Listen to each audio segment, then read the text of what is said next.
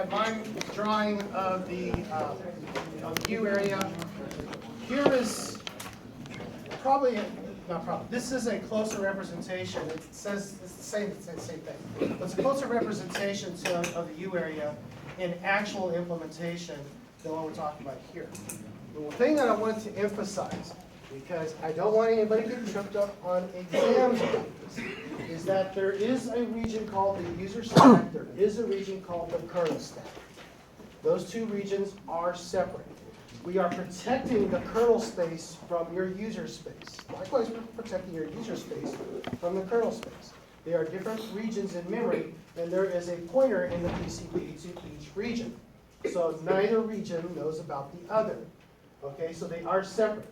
The problem is, when going to implement this, it becomes somewhat of a problem because we have to predict how much memory to give to each of these different regions, knowing that these are dynamic, right? Because as you're making function or method calls, you're putting things onto the stack and you're needing more memory. And as you come off of those, or return from those functions or methods, you're freeing up that memory.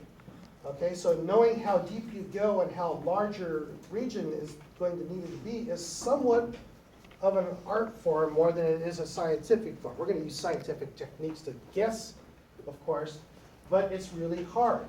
We don't want to grab too much memory so that there's always like 50% of this never used, or maybe you go 85% of the process's life using only 15% of this memory.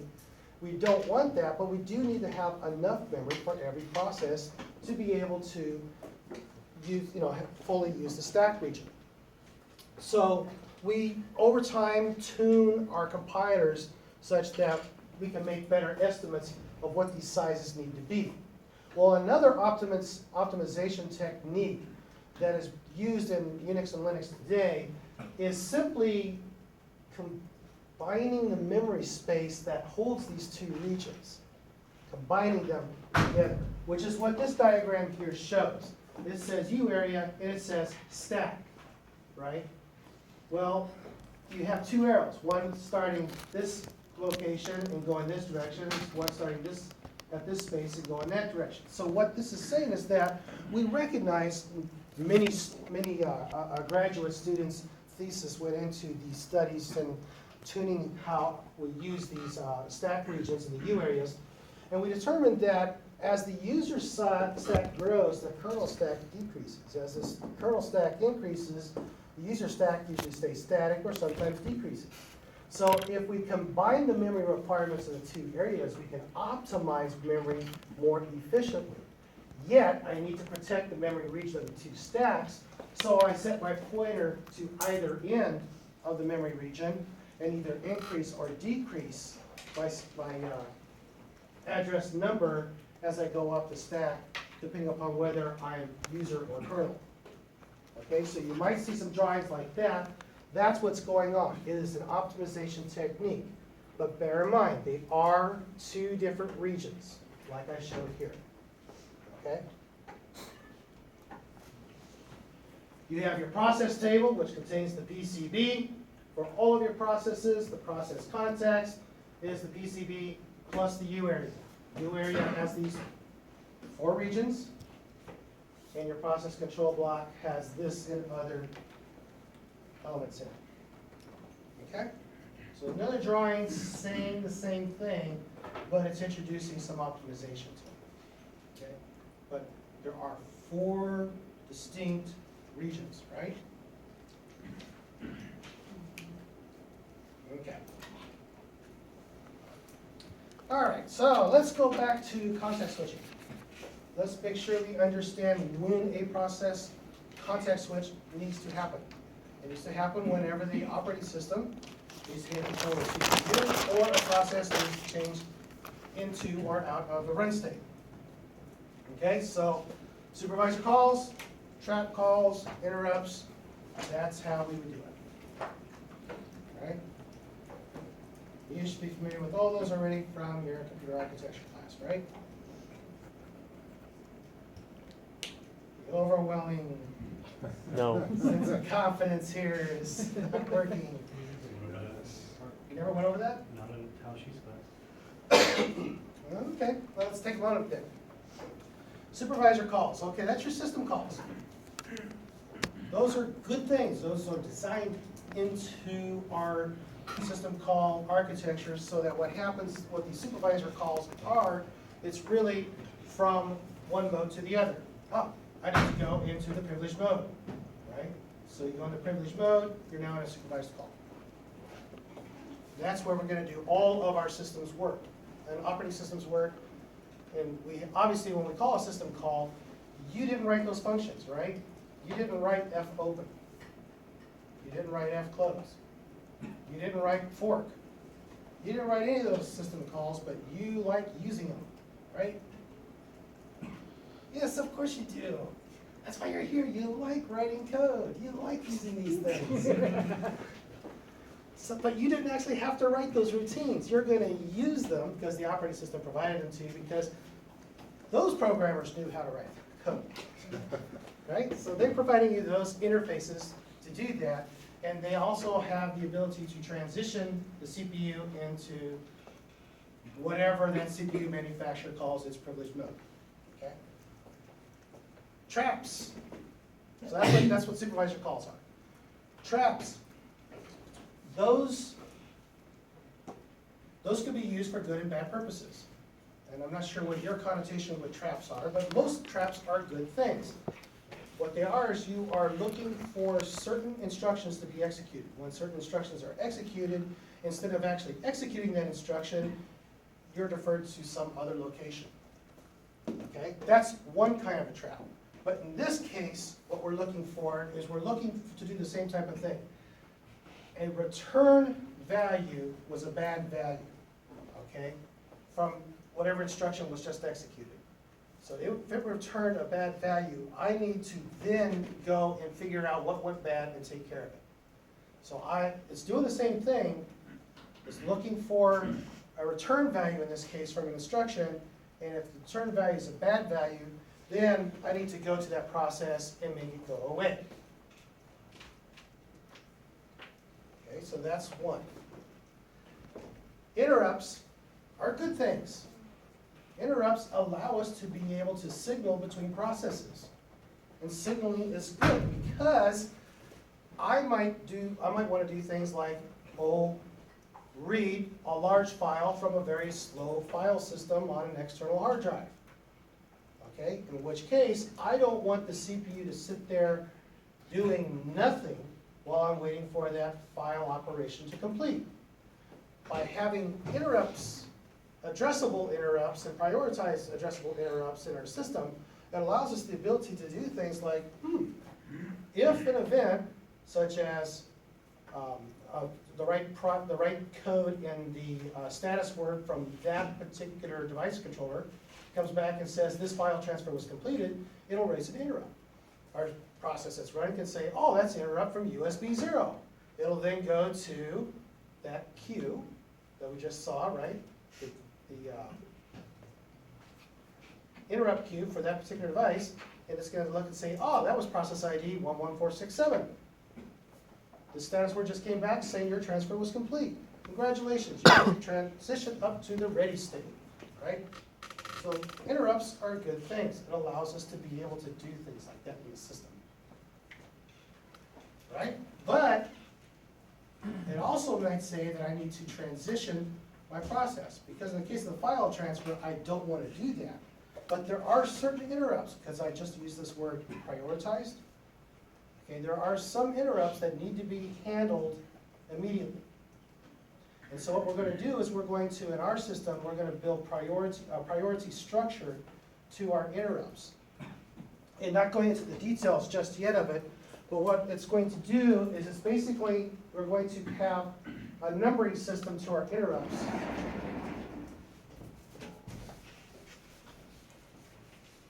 Oh, good. I'll work this eraser.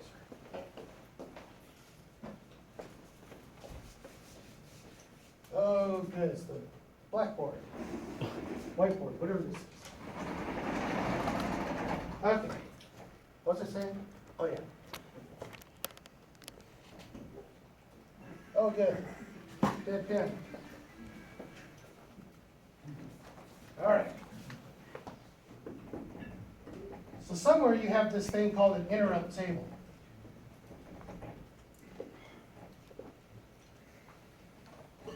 Every type of interrupt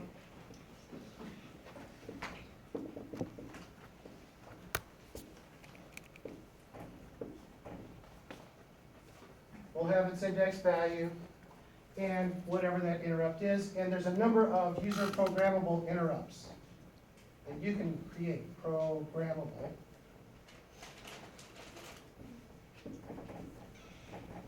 That you can create and use for your own purposes. That's great.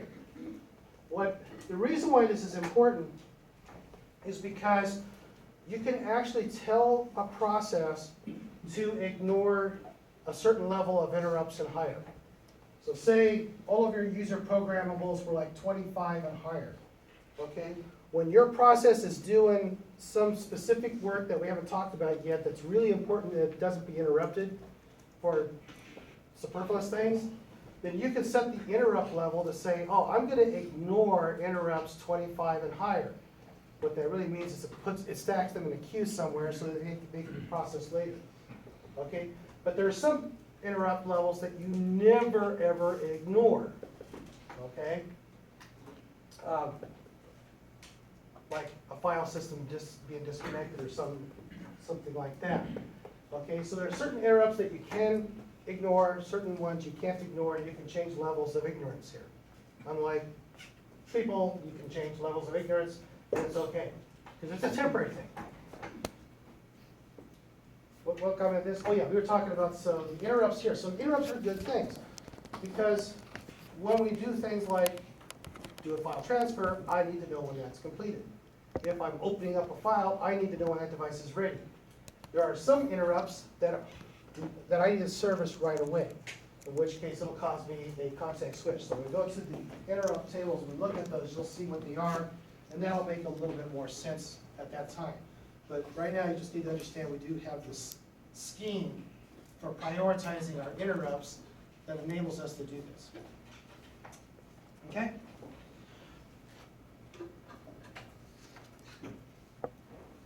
Oh, that's right, I did insert this table last time. So here's one interrupt that you never want to ever ignore, the clock. There is this thing called a clock that is continuously running in our operating system, and it's pretty important because it kind of synchronizes things throughout the operating system. Okay, including things like our time quantums. We have more than one clock in our system. Don't believe me? Look at your man pages for time. Tell me how many different kinds of time there is in our system. You will be impressed. So we have that. We have clocks. We have lots of different times. Time quantum, of course, is one that we can never, ever ignore. And that will always cause a context switch, won't it? Still with me? It's the part where feedback comes in. I'll take that as a yes. Okay. So time quantums, yes, we'll never ignore those. I/O. We've been talking about that one. Memory faults is another case of an interrupt that's actually a good thing. I know. Faults are bad. We keep saying faults are bad, errors are good. Faults are bad, errors are good, interrupts are good. Then we have this thing called memory fault, and I'm up here saying, oh, that's a good thing. And you're thinking I'm crazy. I didn't name these things, people. Okay, we're just working with them. Memory faults. Okay, another term that we typically hear of, I don't know why he said memory fault, when what he really should have said was page faults, are what we use to tell the operating system, i.e. the running process, that we need to do some memory swapping. Okay? And we have a whole lecture dedicated, a big part of one chapter and a whole lecture dedicated to page faults. May even have an assignment dedicated to page faults. We'll see. Okay, so this is a technique that we're going to use, an algorithm and some data that we're going to use to help us manage that whole business about going into swap space or pulling something out of swap space into main memory. Page faults. That's what we're going to use. Those are interrupts too, okay? All right, got it? That's it for processes. Well, mostly it for processes. Okay. Now we're going to talk about lightweight processes, otherwise known as threads. Okay. The reason why this is important is because of this optimization thing that we were talking about and IPC, inter-process communications. So we talked about, I think we introduced 4 different IPC methods for processes. And they're very powerful, very important tools that we have that allows us to have processes synchronize and share data amongst each other.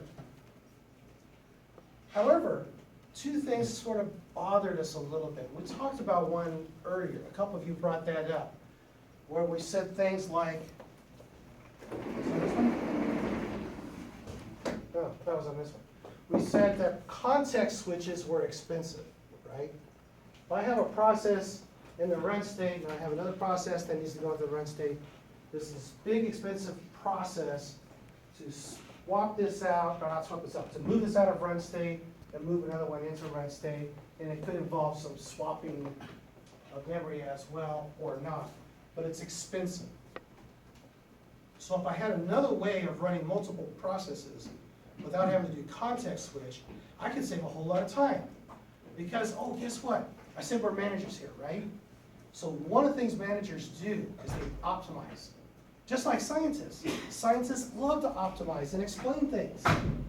That's what we do, right? We explain things and we love to optimize. In some cases, we like to see if we can write code that's, I shouldn't go there, never mind.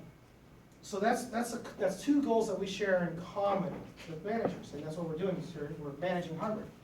So we're looking at ways to optimize the system. Well, if context switches are bad, then if I can have multiple, say, chunks of work, call it a process or something else, if I can have multiple chunks of work that can shift amongst each other without doing a full context switch, I'm saving myself time.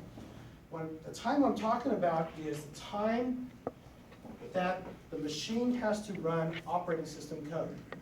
I know, we're in here because we love operating systems. And we want to build the most advanced operating system in the world, which means it should be running great algorithms that we design and build, and we should be doing all these pieces of work we're talking about. Well, really our goal is to do 0 work, would be our goal. Now we know that's not practical. We're going to have to do some work to do the operating system. But what that means is we want to minimize that work. We want to spend as few machine cycles doing operating system work as possible. So if we can reduce it, because this work's being done over and over and over and over and over and over and over and over and over and over again, right? If we can reduce it by even a few instructions or a few address locations, that's a huge savings over the running time of an operating system. And that's more time available for the machine to do user application level work, which, translated another way, is the time the machine can do doing work for the people who are paying us money to run the system, right? So we want to give them the maximum number of CPU cycles, and we want to use as few possible. So if I can reduce context switches, I'm reducing the number of machine instructions that I'm going to have to spend doing management stuff. And more instructions are then available to my end user who's paying for it. Oh, process, threads. Okay, that's where I was going with this. So one of the things we were looking at with threads is how can I minimize my context switches? That was one. The other is, let's look a little more at this data sharing optimization thing, and let's see if we can reduce our memory footprint while we're at it. Those were kind of the goals when we started sitting off many student researchers with their student theses work, trying to find ways to optimize these processes, and kind of came up with the concepts of threads, and then made them mature enough they can actually work. That's what we're going after here. That's what all this says. Okay, with me so far? All right.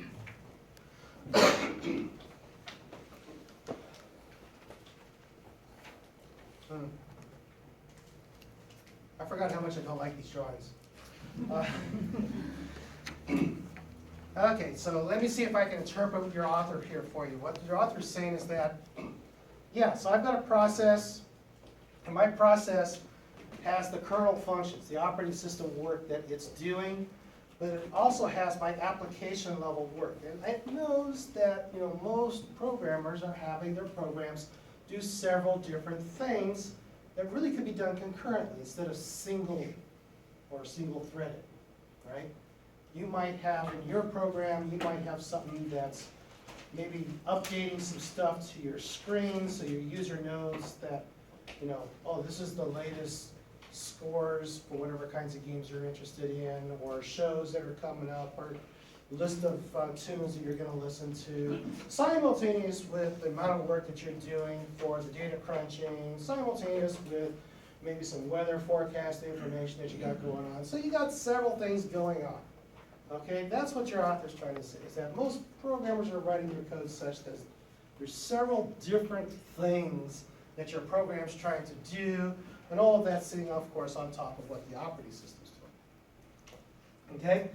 And if you combine that with the knowledge that a lot of times I have a process that's going to be waiting for input from the keyboard, or is trying to write to or read from a disk, and we just saw what happens when we do that.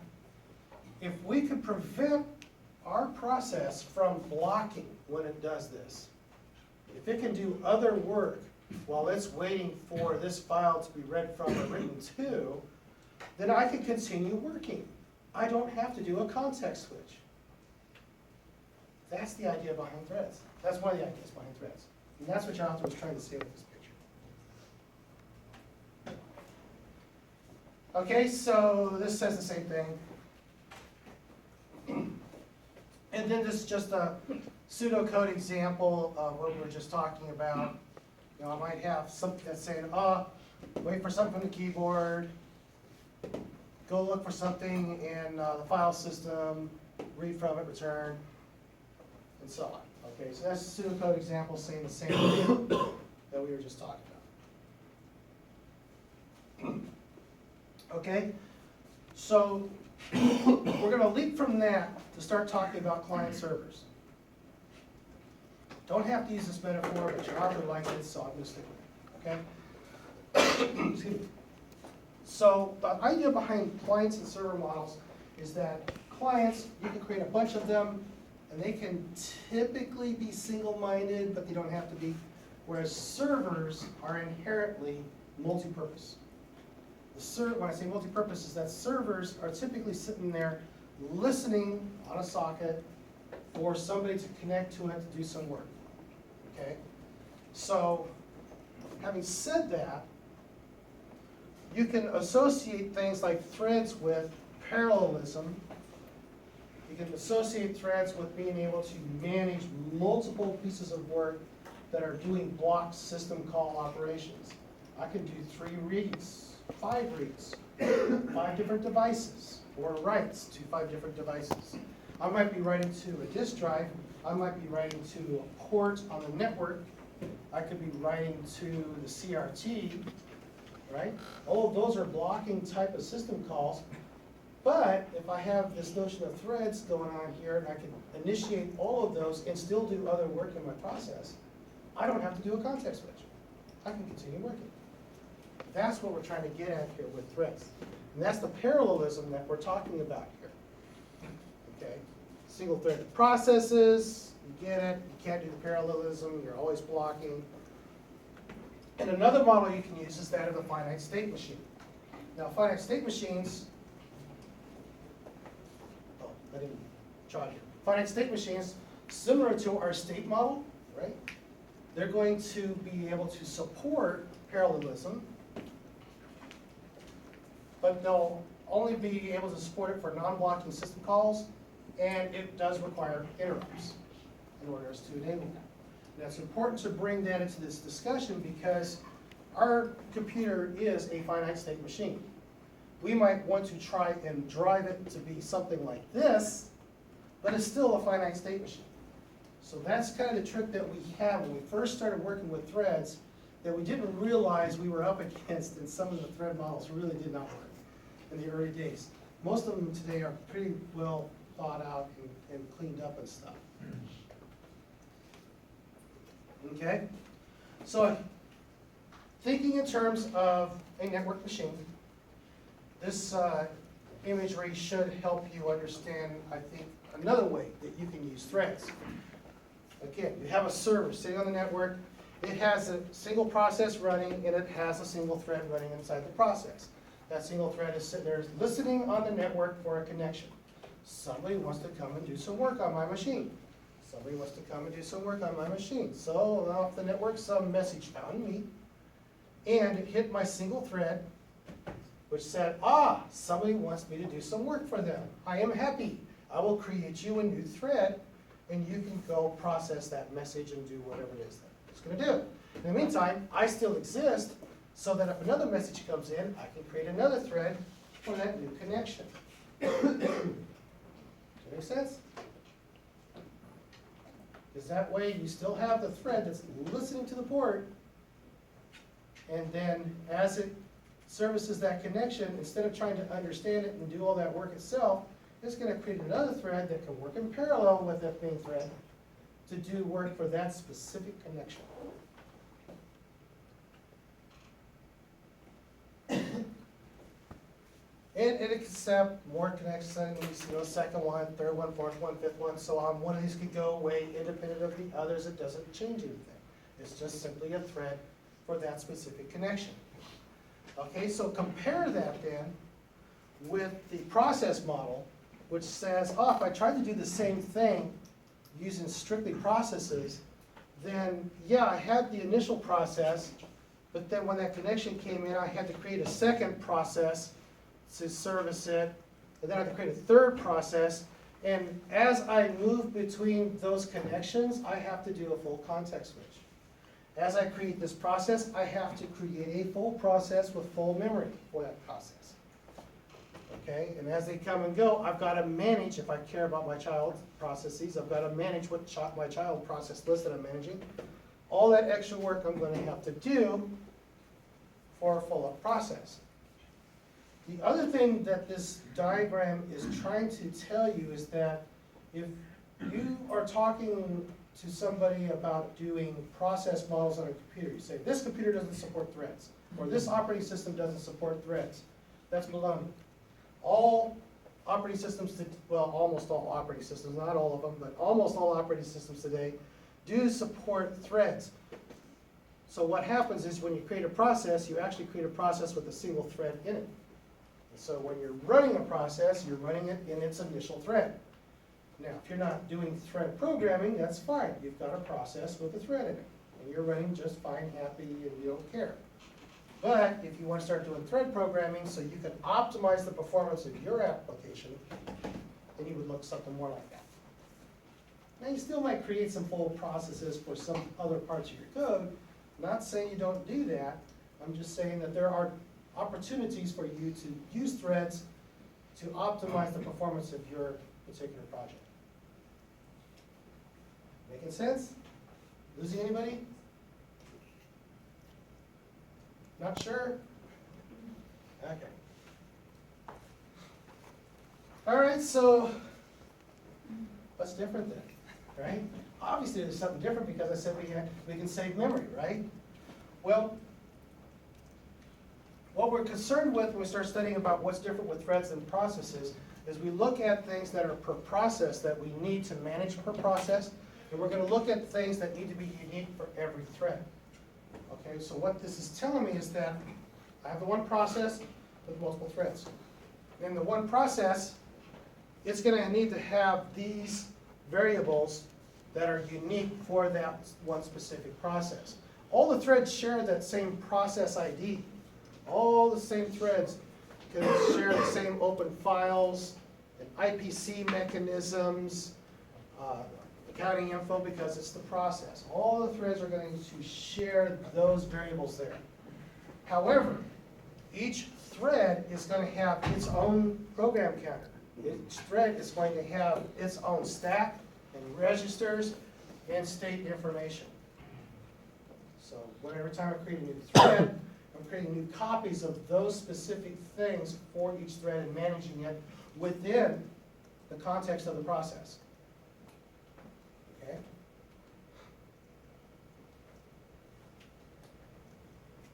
And it's kind of obvious why each thread needs to have its own stack and registers, right?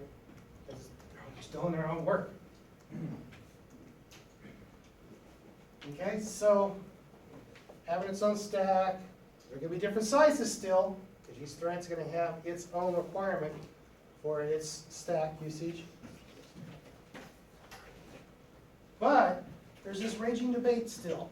By the way, I'll try to point this out throughout the semester, because a lot of you are grad students, a lot of you are undergrad students about to complete the undergraduate program, and you're looking for research topics, okay?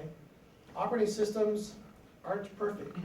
They're pretty darn good. They're some of the most advanced software that you can get your hands on today. And the open source version of Linux is just fantastic. It's open. You've got the source code right there. How does an operating system really build? You've got it. Go through the file systems and look at the source code. One of the areas of great research today still going on is that of where to put the thread stack. You put the thread stack inside of the user area or the kernel area. And there's trade-offs, depending upon which one of those you think is the correct answer. There's trade-offs for it. The biggest one being is that in order to go to the kernel area, you obviously have to move the processor into the privileged mode. Of course, it's protected then amongst the other threads, but wait a minute. You're the one writing all these threads. Why do you need to protect yourself from yourself? See, so there's arguments both ways. All right, and there's some good writing in your textbook on that too that you need to go through. What I've done here, because I knew at this point here you're slogging through assignment number 1, and I'm telling you to use the POSIX versions of the threads, and I gave you the Lawrence Livermore site and some other sites other places to get some places to get started on threads.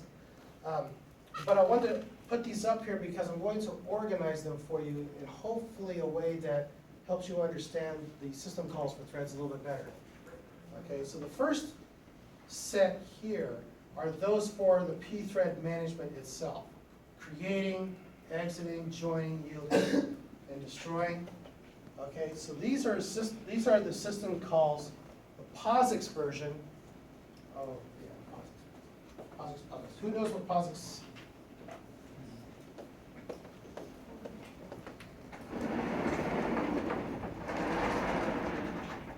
Anybody know what POSIX means?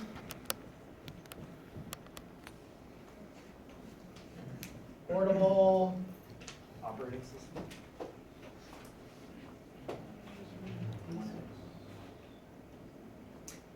Okay, we can go with operating system. Usually it's just PO system, but portable operating system.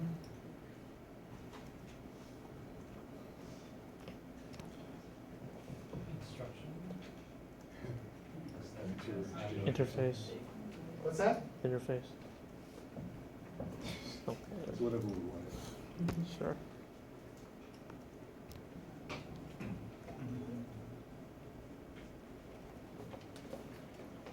So operating system builders were building their systems calls. Got even worse. Unix systems started building their own versions of system calls. BSD, System 5, oh yeah, two can't talk the same language exactly because there are lawyers in this world and money, right? Well, that's why we have lawyers, because there's money. But anyway, so at the same time, the GNU Foundation was really taking off and doing some great things with their open code that they were providing, and their standards bodies started getting more ground. Now, standards bodies are a fantastic thing. Everybody's heard of ANSI, right? ANSI. Everybody's heard of IEEE, right? Those are standards bodies. And they come up with some very important things for us called standards. UL. What's UL? Universal Library? No. Language? No. It's not underwriter laboratory or labs. Laboratory. Universal Laboratory. One of their famous standards gives us this, which we take for granted. Yet I see so many laptops and other devices here that at some point you're saying, uh-oh, my battery's getting low and I need to quickly find someplace to plug in and get more juice, right?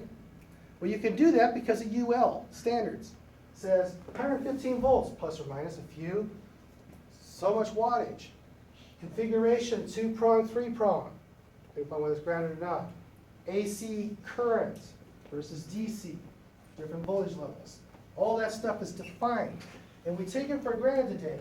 My battery's getting low, I just look to find one. Do I look to see, oh, this is an IEEE 1550, I can't use that one, I need to find an IEEE 1444 instead, right? No, we don't do that, we just see a wall outlet and plug in and, wow, it's a good thing I only had 1% of battery left, right? Guilty. Yeah. Okay, but that's what we have, standards bodies. Well, in our industry, in our particular discipline, rather, that's what I say, we have standard bodies that affect us. IEEE, absolutely. ANSI, absolutely. POSIX was a big one, because what they did is they helped us with this problem of these different developers having their version of these systems calls. So that if you wanted to write some code where you can just create a thread, you didn't have to learn 8 different versions of it, so you can sell it on Windows, and these particular flavors of Linux, and these particular flavors of Unix, and you had all these different versions. You can now write to the POSIX version and compile with the POSIX libraries, and you know that they would be working correctly on all of those different operating systems. And if there was an operating system that wasn't POSIX compliant, you decided that I don't care anymore. I don't care about those users. They will then go and force their particular company to become POSIX compliant, or at least provide POSIX compliant libraries. Okay? So these standards bodies are very important to us. This really helps us write code that's truly portable. So here's an example of creating some threads. Always, always, always looking for my error conditions on my returns from all of my system calls. Okay? So, like I was saying, the author has a good write-up on the user space versus kernel space debate for the stacks. And we just talked about a couple of examples. I'll let you go through the readings on the rest of them, because I think you kind of get it now.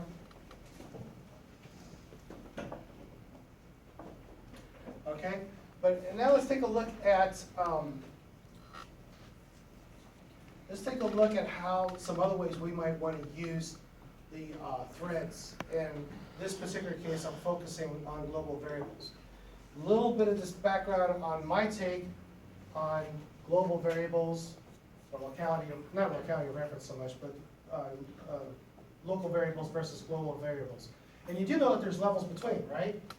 You do know that you can scope the declaration of your variables such that some routines can see that and some routines can't. Okay, depending upon what the variable is, you might want to have that level of protection where, you know, some of your, it's not really system code, but some of your management code maybe, you want them to be able to see some of these global variables, but the real application code you don't want to. Well, you can either handle it through inheritance if you're doing objects, or through where you're doing your includes, okay? How many of you have not programmed with multiple source code files before? Don't be embarrassed, I just need to know what our background is here. Okay, I'll ask it another one. How many of you have worked with multiple source code files? Okay, so a few of you aren't sure what I'm talking about. That's a good thing. So multiple source code files, that's those .c files, right?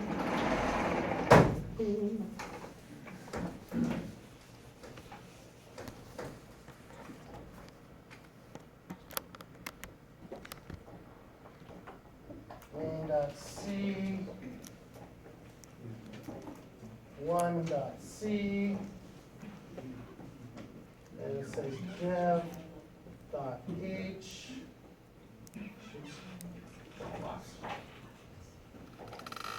I like dev.h. I'll call this project.h. Okay? So remember in our example for Monday, we had source code files, and we also had header files.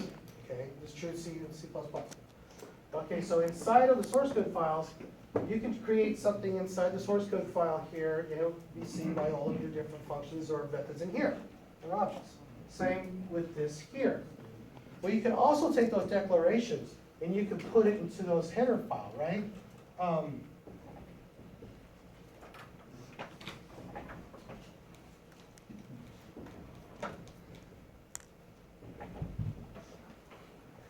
And if I included both header files in both of these source code files, then both of these source files would see everything that was declared inside of the two header files.